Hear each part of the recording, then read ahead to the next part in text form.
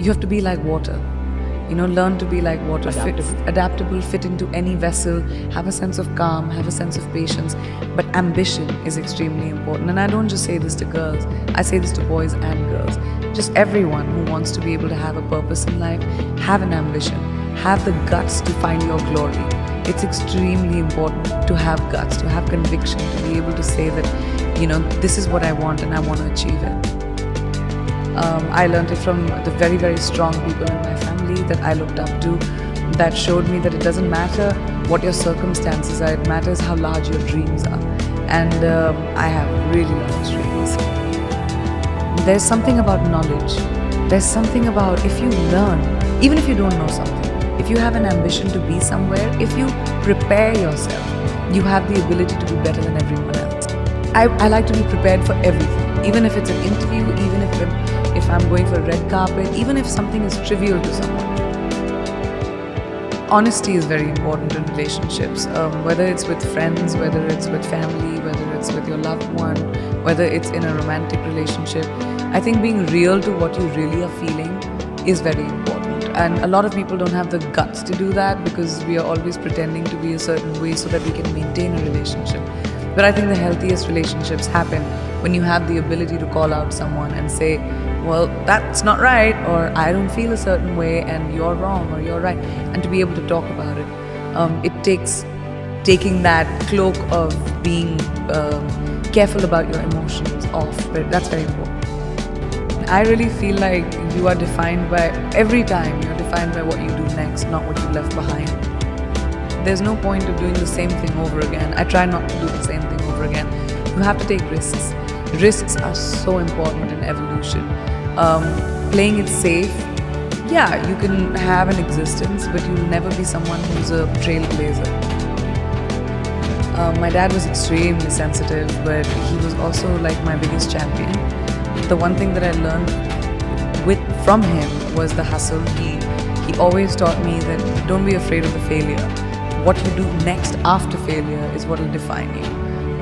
Everyone fails. It's going to happen to you, it's going to happen to me, it's going to happen to everyone.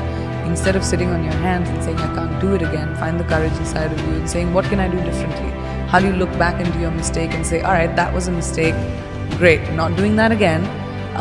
That's something I really learned from my dad. My parents never wanted me to have a what if in my life. What if I had done it? What if I had tried that? So they always supported me. They said, no matter what you do, whatever mistake you make, have the confidence to come and tell us. Because, even if you kill someone, my dad, I remember him telling me this, even if you kill someone, come and tell me, I'll help you find the body, I'll help you bury the body, but then I'll take you to the cops too. So you'll always have to have courage of conviction. We spend our entire lives trying to figure out who we really are, and then we change. And then we figure it out, and then we change again. And I think that's the most constant, right? I'm constantly changing, constantly evolving, and I'm hoping that everyone's still curious about me as I keep doing that. I've had so many times whenever I'm doing interviews, people always ask me that, oh, you're doing a movie with, a female co-actor. Did you guys get along? Were there catfights? But when it comes to boys, they say, oh my gosh, that looks like a bromance and everyone got on so well.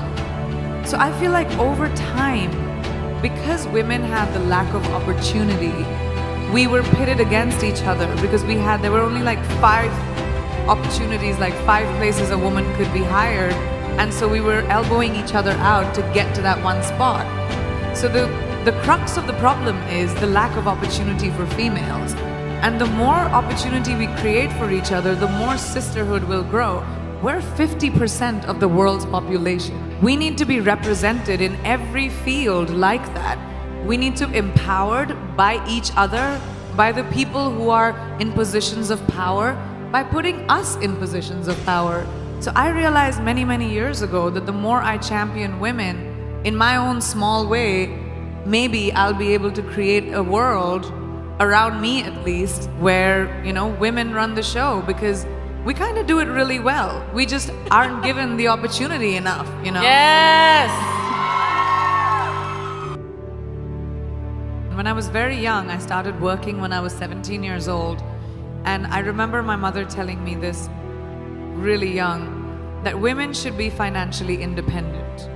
It doesn't matter who your father is, it doesn't matter who your husband is going to be, it doesn't matter who your brother is, it doesn't matter who the man in your life is. You need to be responsible for your finances and be financially independent.